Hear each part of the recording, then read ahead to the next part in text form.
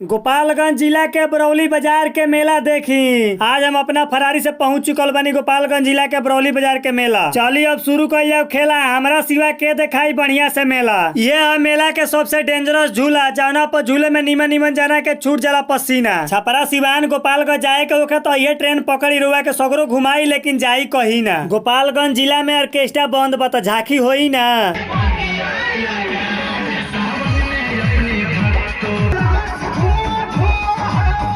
चलिए अब दिखावा तनी दूसरका टाली के पास क्या हुआ है। ओकरा से पहले मेला देखी बरौली के हाई स्कूल फील्ड में सब लोग मेला देखे आया हुआ है।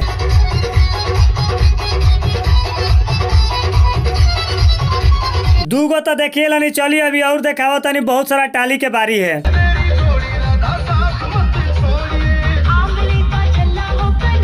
कमरिया